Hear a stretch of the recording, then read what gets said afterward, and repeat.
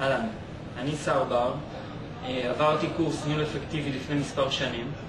הקורס היה כחלק מתהליך בחינה של המטרות של הצוות שאני הובלתי.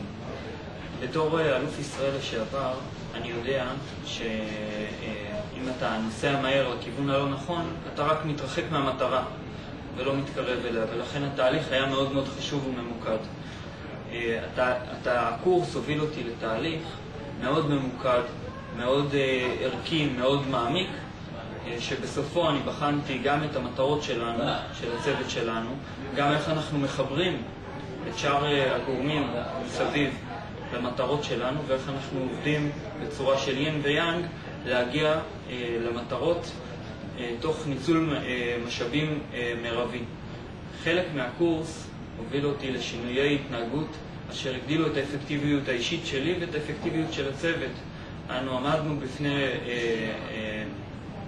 בפני אתגרים של גדילה ב-100% בתפוקה שהיינו צריכים לתת, וגם גדילה של הצוות בין 100 ל-200% במשך שנתיים. אתגרים לא פשוטים שהיה צריך לתכנן אותם בקפידה ולהבין את המטרות שלהם ולראות איך אנחנו לא מתפזרים ולשמור כל הזמן על מיקוד במטרות האישיות שלנו, של הצוות, והמטרות של החברה שאנחנו חיינו בה.